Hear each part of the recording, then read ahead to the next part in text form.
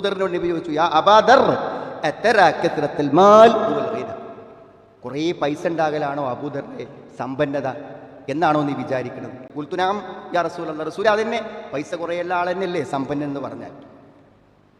എന്നിട്ട് നബി ചോദിച്ചു, ഫതറാ ഖില്ലത്തുൽ മാലി വൽ ഫഖർ, അപ്പോൾ പൈസ ഇല്ലാത്തവനാണ് ദരിദ്രൻ എന്ന് നീ വിചാരിക്കുന്നു, നീ കാണുന്നുണ്ടോ?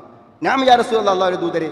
നബി പറഞ്ഞു, ഇന്നമൽ ഗിന ഗിനൽ ഖൽബ്, എന്നാൽ അബൂദർറെ സമ്പന്നത എന്ന് പറയുന്നത് ഹൃദയത്തിന്റെ സമ്പന്നതയാണ്. വൽ ഫഖർ, ദാരിദ്ര്യം എന്ന് പറയുന്നത് ഫഖറുൽ ഖൽബ്, ഹൃദയത്തിന്റെ ദാരിദ്ര്യമാണ്. അപ്പോൾ സുഹൃത്തുക്കളെ, നമുക്കൊക്കെ സെക്കൻഡ് കൊണ്ട് മുതലാളിമാരാവാം. എങ്ങനെ? സമ്പന്നരായെങ്കിൽ. ഞാൻ വളരെ സുഖത്തിലാണ്, എനിക്കെല്ലാം സംതൃപ്തകരമായി ലഭിച്ചിട്ടുണ്ട് എന്ന് മനസ്സ് പറയുന്ന നിമിഷം നമ്മളാണ് ഈ ലോകത്തെ ഏറ്റവും വലിയ സമ്പന്നൻ. എന്നാൽ അതിൽ സംതൃപ്തനല്ലെങ്കിലോ, നമ്മൾ കോടികളുടെ വീട്ടിൽ താമസിച്ചാലും നമ്മൾ ദരിദ്രനാണ്, നമ്മൾ ഫക്കീറാണ്. എന്താ?